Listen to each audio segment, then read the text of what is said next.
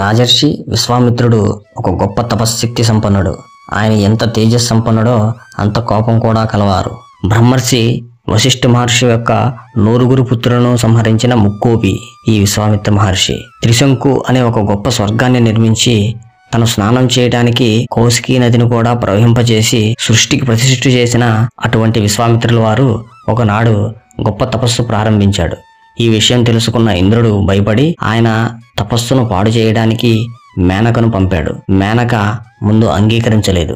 ఆజ్ఞ పాటించి వెళ్లాల్సిందే అని హెచ్చరించాడు ఇంద్రుడు. తప్పదని భయంతో దేవలోకం నుండి బయలుదేరింది మేనక.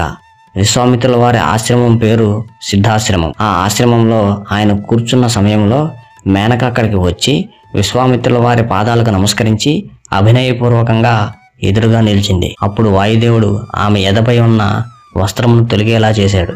అంతటా మేనక సిగ్గుతో ముసిముసిగా నవ్వుకుంటూ విశ్వామిత్రుని చూస్తూ వయ్యారంగా నిలబడింది. ఆమె లావణ్యమును చూసి విశ్వామిత్రునికి మనస్సు చెలించి ముగ్ధరూప లావణ్యవతి అయిన మేనక చెంత చేరాడు. ఆ విధంగా వారిద్దరూ ఎన్నో ఏళ్లు ఆనందంగా విహరిస్తూ ఎంతో సుఖంగా కాలం గడిపారు. ఆ విధంగా వారికి ఒక పుత్రిక జన్మించింది. ఆ పసికందును ఒక అడవిలో వదిలి ఎవరి దారిన వారు వెళ్లిపోయారు. ఆ అడవిలో నివసిస్తున్న శకుంతల పక్షుల జంట ఆ పసిపాపను చూసి జాలిపడి ఆ పసికందును అల్లారుముద్దుగా పెంచసాగాయి. ఒకనాడు కణ్మ మహర్షి ఆ దారిన పోతున్నాడని తెలుసుకుని శకుంతల పక్షులు ఆ పాపను ఆ మహర్షికి అప్పగించాయి. మహర్షి సంతోషంతో ఆ పాపను తన ఆశ్రమానికి తీసుకువచ్చి శకుంతల పక్షులు కాపాడటం వలన ఆ పాపకు శకుంతల అనే నామకరణం చేసి అల్లారుముద్దుగా కన్న తండ్రి కన్నా మిన్నగా పెంచసాగాడు, పెద్ద చేశాడు. ఆమెయే శకుంతల. ఈ వీడియో చూసిన ప్రతి ఒక్క మిత్రులకు నా విన్నపం, ఈ కంటెంట్ మీకు నచ్చినట్లయితే లైక్ చేసి మీ ఫ్రెండ్స్కు షేర్ చేసి